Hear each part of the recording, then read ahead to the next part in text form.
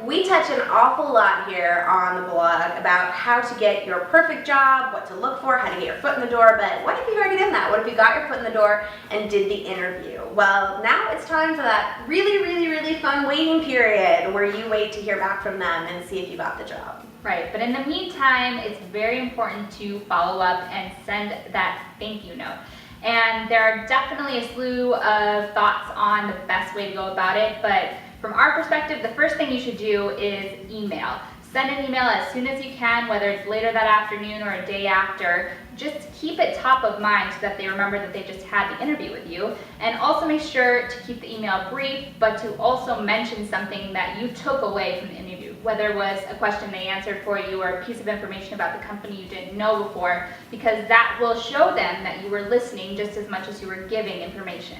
So you sent the email off and now you think you're done.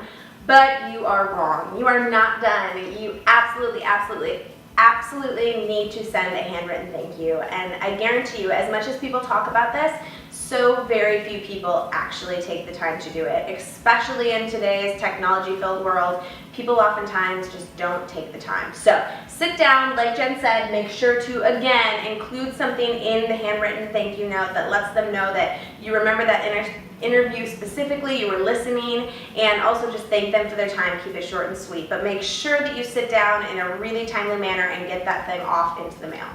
And you've done all this, and now the waiting period may continue. But don't despair, and don't be surprised if you may not hear back. It doesn't mean that they're not grateful.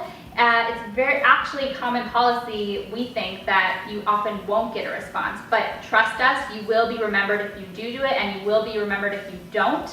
And you want to be on the positive side on that. So hopefully you find these tips helpful as you move along through your job application process.